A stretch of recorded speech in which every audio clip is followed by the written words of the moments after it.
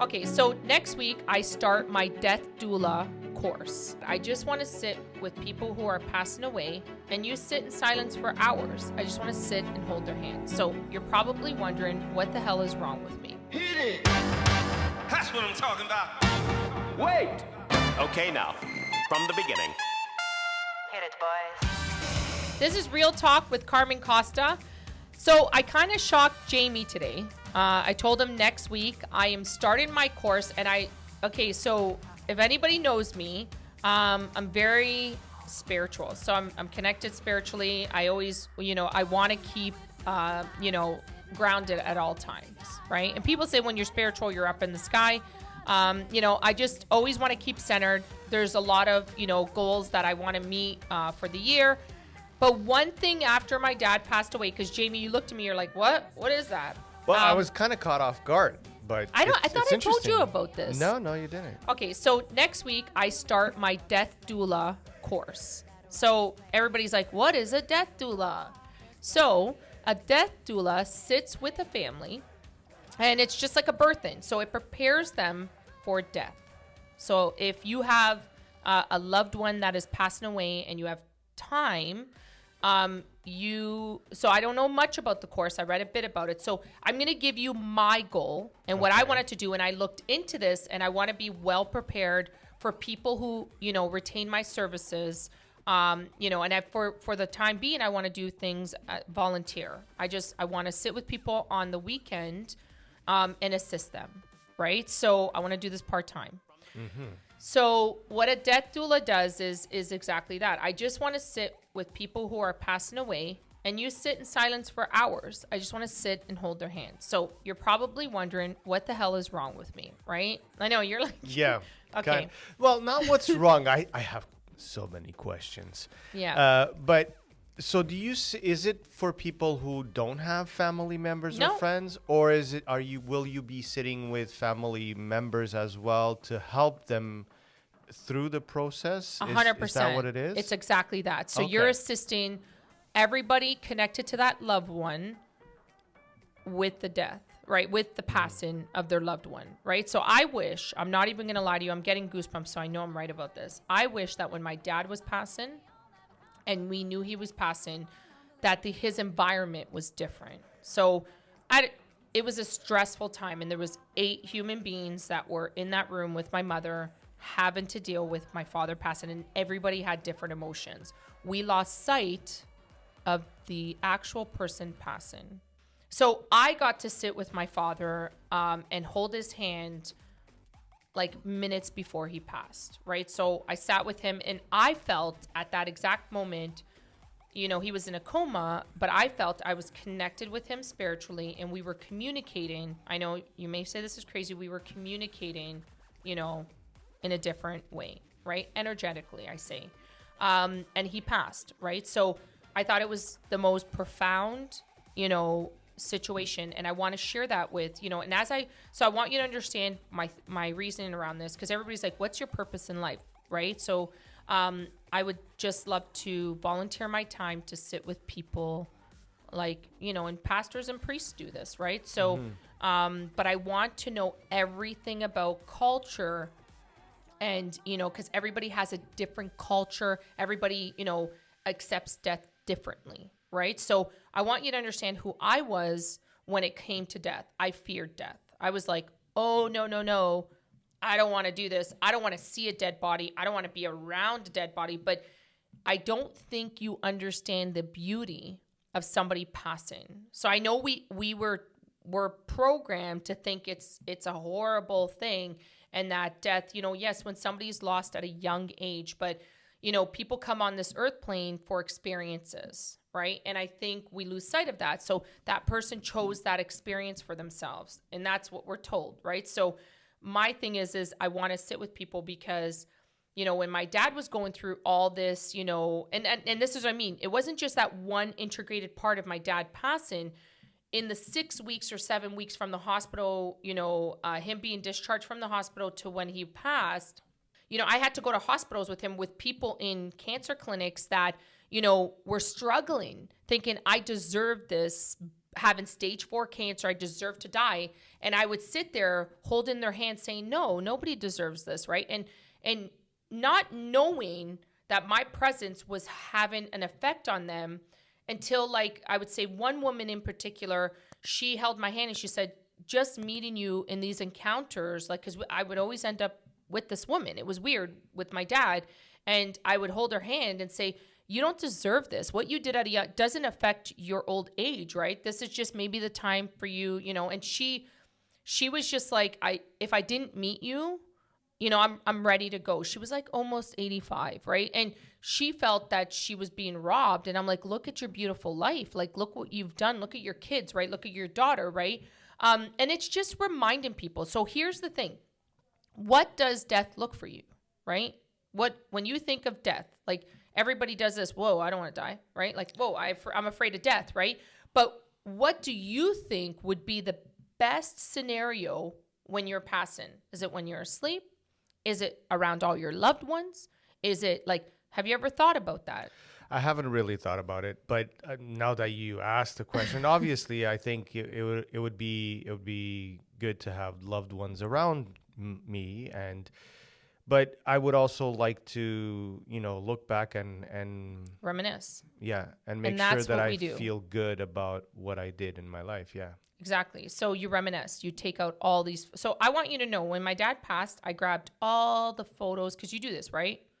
Funeral home, you have to grab all the pictures, and then you're reminiscing. Wouldn't it have been awesome for my dad to be there and us reminiscing together, instead of, oh, he passed, you know, and now we have to do this. And we all did it, like all my brothers and sisters and my mom, and we were laughing, and wouldn't that, and I want you to understand, like, and this is what I say to you about money or experiences. When you go through an experience, that experience, you know, is a memory, right? Like, and I mean, like, even for my kids, I try to do the best experiences. And I read something on Facebook that was kind of like, you know, so a parent wrote, you know, it's not my responsibility to do high experiences for my kids all the time. Like, that's too much work, 365 days. I strive to achieve that for my kids. Like, I do club nights. I do, you know, so many things with my kids, spa days. I do all of that because I want my kids to do this. Exactly this. If they're at the end of their life, they know that their mom and their father, you know, big sleepovers. We do all the beds in one room, and then we tell stories, and we have a little fake fire. I want them to remember that when they're on their deathbed, or when they're reminiscing with their kids what we were about. And I always say this, what do you want to be remembered as? Which parent, right? And I know, like, society has made it where they're like, you know, ship your kids off to school or do whatever, or, you know. And yesterday I had a conversation, you know, with an old friend, Patricia Roque. Thank you so much. You know, her conversation was awesome. She's standing up for what she believes. She's like, why did you take your kids out of school? And I'm going to be honest, like, I'm going to say this, and she's right. I took them out because I didn't want shitty people teaching my kids. And I'm going to say shitty people, not like, I just want you to understand. There's one, you know, when my kids were in school, they were affected, like, big time, right? So to me, I always say, like, that's a shitty person, right? Like, for you to be teaching my kids, or like having that bad of an effect that even today they're talking about, I wish I could erase those memories. You can't. They're there, right? So I don't want my kids. And she said something. She's like, why don't you tell people that? And I'm like, I don't know. You always get afraid of what people are going to say back to you and be like, shitty people. What are shitty people? And it's like, shitty people are people that leave bad impressions on my kids. So if you affect my kids, chances are it takes a while for me to forgive you. So in the end, which I do want to talk about forgiveness because we're on this death doula thing. It's very key. Remind me about that. But I just want to say that's what I mean about shitty people. If you leave a shitty impression on my kids, then, like, and that's what happened. Like, I mean, like, when I say shitty people teaching, like, they left a bad impression on my kids, where today, 3 years later, they're still talking about it, right? So yes, I took my kids out and I give them the best experience every day. I freaking love teaching them in the morning. They get excited to get up at 6:30 because I start at 7 to 9. You know, the team knows I'm up super early. I'm up at 4:30. But I want to give them that. And then dad takes over and kills it. Like, my husband is amazing for, like, freaking adventures. He was showing me so many videos in the last 2 weeks. I'm like, this guy is the bomb. Like, he's the guy that will just pack up a lunch and be like, we're having a lunch in the snow. It's just, but those are the experiences the kids remember. And that's what I'm saying. So that's what I chose to do with my kids. I want to build for them, you know, that experience, right? They have lots of time to go to school. They're learning. They're well advanced. You know, I'm blessed with my kids. Freaking love them. Love, you know, being around them. Okay. So that's meaningful to me as a human being. So when I talk about what does my death look like, I want my kids around me. I want my family around me. It's key and important to me. So when I looked at this, I think, you know, at this whole course thing, and the only reason why I'm taking the course is I always have to have, I need to know everything about that, right? So it would be, you know, anybody can volunteer and sit with people that are dying. I just want you to know, but I want to be cognitive of all the possibilities out there to assist people that are dying and their families, right? So it's key and important to me. So I originally didn't get accepted. I wrote a letter and then I did get accepted. So I was like kind of devastated. I didn't talk, maybe that's why I didn't talk about it, because I didn't get accepted. Then I wrote a long letter and I got accepted. And I was like, thank God I got accepted, right? And it's so exciting because... tell me about that process of being accepted or not accepted. Like, why wouldn't they accept someone? I think it was more about, like, what's your profession? I'm a mortgage broker. Like, you know what I mean? Like, there's people out there that are, like, doctors and, like, nurses and, you know, there's hospice owners. Like, there could be a lot of possibilities. I wrote in my application, I'm a mortgage broker owner. What assistance, like, what purpose? But I don't think they knew the meaning of what it meant to me. I want to assist people. I really want to assist people that, you know, because I think it's a beautiful thing. I used to think, and that's what I'm saying about life changing. I used to think that life was so, you know, like morbid, like death was so morbid. I mean, oh my gosh, I think can't. most people feel that way, right? No, I was really bad. Like I couldn't see a dead body. I couldn't, like, you know, but when I was getting back to my father. So, but when I was walking through the hospital to get like to the hospital room in the ICU, there was people. And I would just love to sit with people that the nurses were like, he's going to pass and not one family member. And you guys have like 10 people in this room and we're screaming at you guys. You have too many people, right? Mm-hmm. That's what I mean. My dad had a lot of people around him at all times. And the guy next to him had nobody. And it broke my heart. Like I prayed for him all the time. And, you know, that's what I'm seeing. Like there's maybe, you know, and not a lot of people know about Death Doula. When I say that, I'm like, I'm so excited that, and I'm reading a book, you know, about it. People are like, what is that? What are you doing? I have no idea. I'm excited about it because it's on the weekends. And that's what I mean. Like it's on the weekend. It's on my personal time. It's not during, you know, business hours. It fits in my schedule because I can do this course. It's 4 months. And it's a lot of homework and I'm excited. I love reading. I'm all about that. I'm loving how they're having me dig deep into what I feel about death. There's a lot of, you know, things about it, that are coming together. But I think one of the biggest things that I'm super excited about, and I can't even emphasize, is the different cultures. So if you know me, I see absolutely no color. I love to immerse myself in people's cultures. I love human beings. I think human beings are gorgeous. I think, you know, when it comes to cultures, such an amazing experience. So I'm super excited about that aspect and that module that will come up. But that's what I mean. It's just, you know, you respect and you understand all of that. So I want you to know the guy that came to my dad when my dad was passing, they have a priest come. So this guy was like he was a priest, but I wouldn't even think he was a priest. I think me and my sister looked at each other and were like, this guy's doing the rites. Like he just seemed so, like he came out of nowhere, but he was such an amazing, like honestly, I felt healed when he was, you know, blessing my dad. You know how that works in the Portuguese culture. Yeah. But they couldn't find the Portuguese church, the Portuguese priest. So they had this guy come, he was French, and it was the most profound last rites. I don't plan on doing last rites, but I do want to be a death doula where I assist families with loved ones passing. And how does that work? Like once you're done with your course and you can help people. You have to do, I think you do 100 hours of volunteer. And I do 100 hours. Are you just in a hospital or do people? I think I want to do a hospice. I think I'm gonna volunteer at a hospice. But how does it work? Like, do people contact you? Yeah. Or Yeah, are it's like you just it's like there? a birth and doula. You know a birth and doula? What Yeah. birth and doulas do? Death doula does the opposite. So birth and doulas bring babies in and they prepare the mom for the arrival of the baby. Mm-hmm. And I always say we prepare the loved ones for the descent. So, like people crossing over. I never really thought about this, and it's so interesting, and it makes It's something sense. that people don't think about. I think I mentioned this to 3 people. Like I don't talk much Yeah. about it, but every time the same look happens. What? Why? But it makes so much sense now that you're talking about it, and I'm thinking about the whole situation, because you being outside, someone from the outside, so you're not part of that family. You're Not at all, yeah. You're not part of that person's life. You will have a different perspective in helping the family. 100%. Yeah.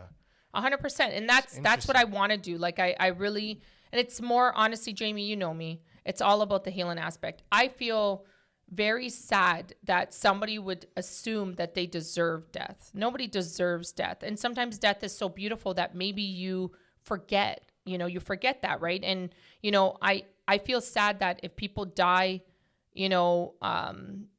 just like with negativity, like I just want to, honestly, if I could just tell you when I do retire, like, when I'm 60, 65, In 5 years from now? get out of here. Okay.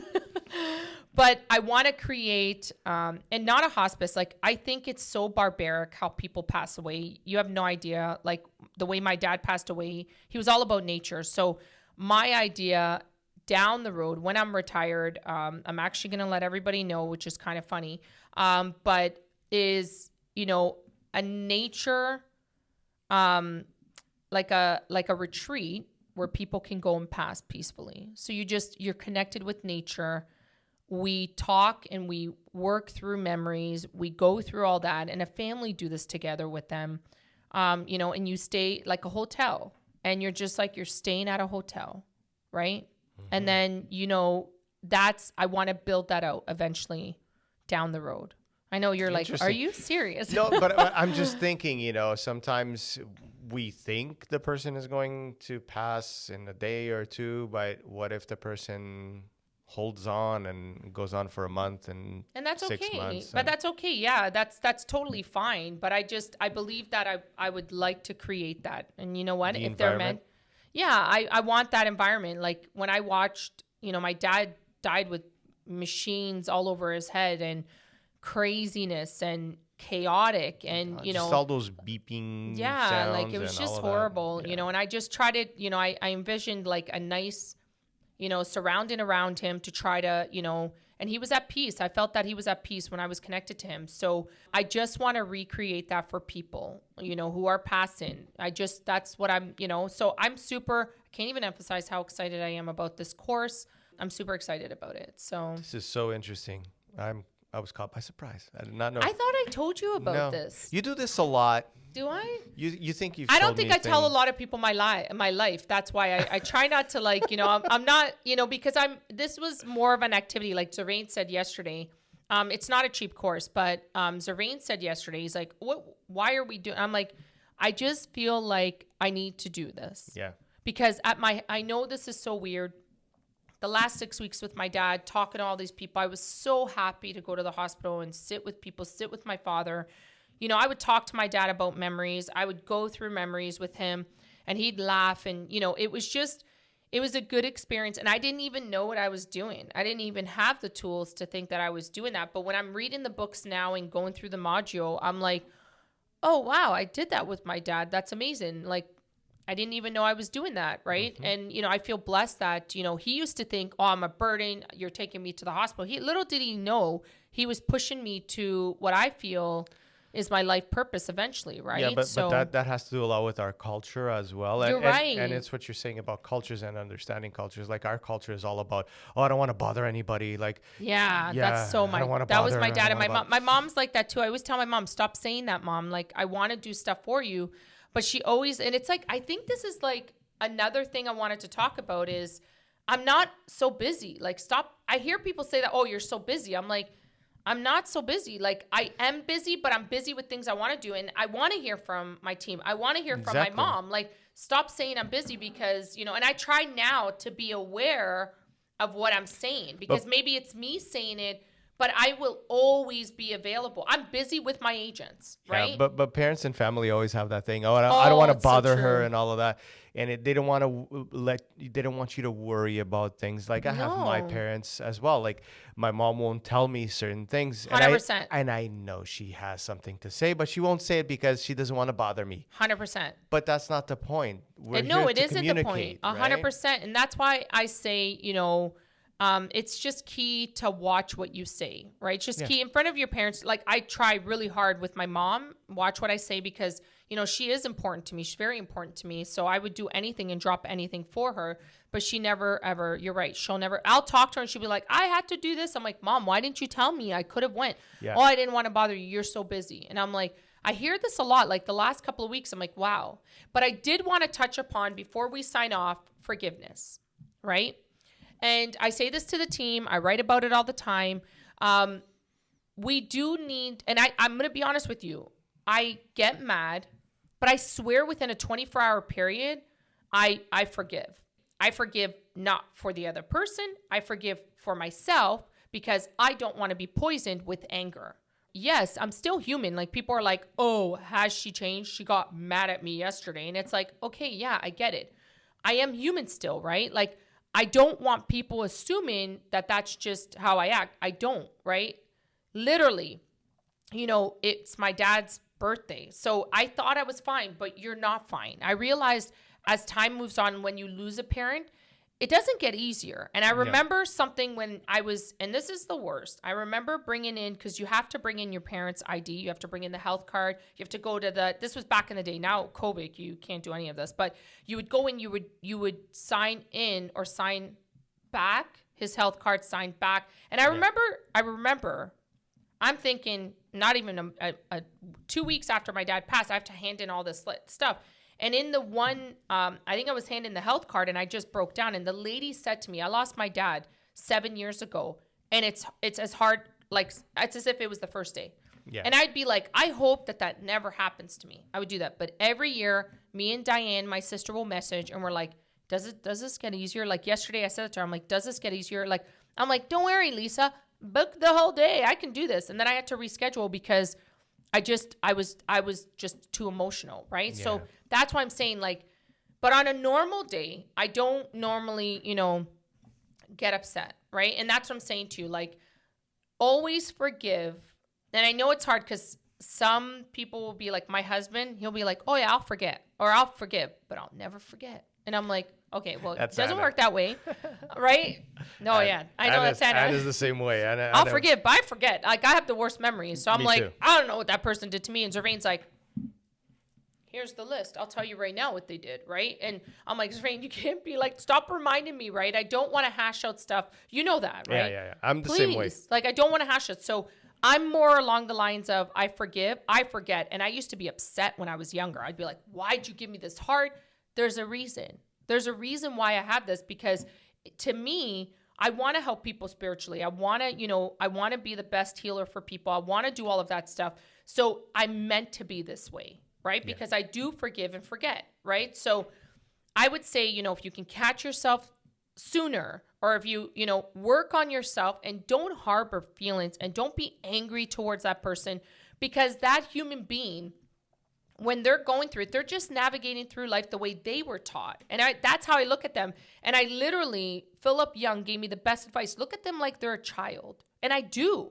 Yeah. I look at them when they're a child because I love kids. I think kids are amazing. So I look at them as a child and I forgive. And it's easier to forgive, right? So that's why, that's my little tip that, when it comes to forgiveness, forgive for you, not for the other person.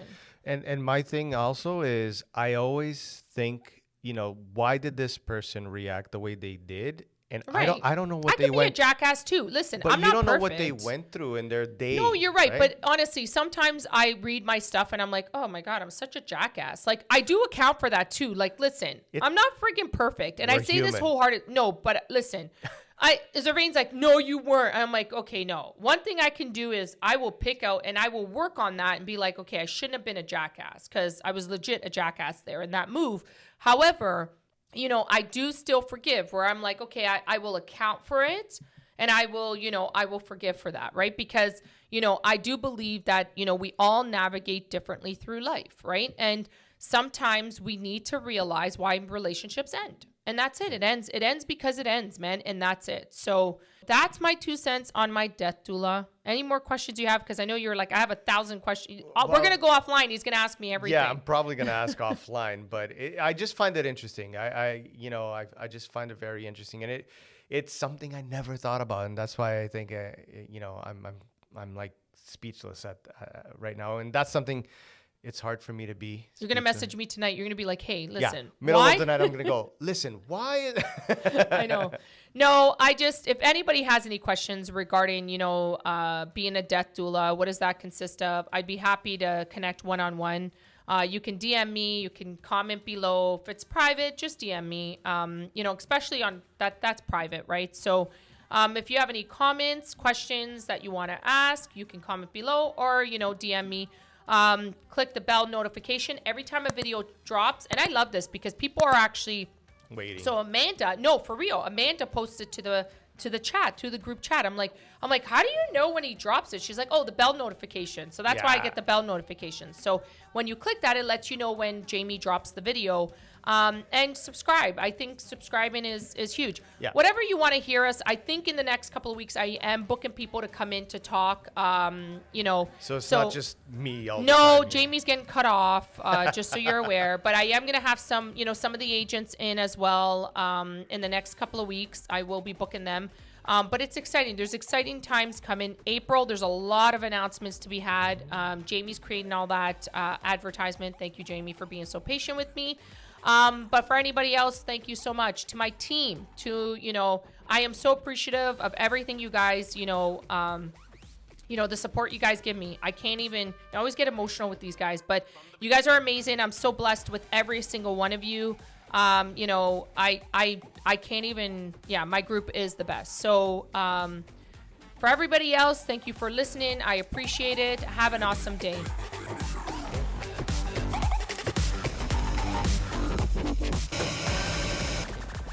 Oh my God, you sound like an old man. Put your phone away, Carmen. Oh God, stop. It sounds weird.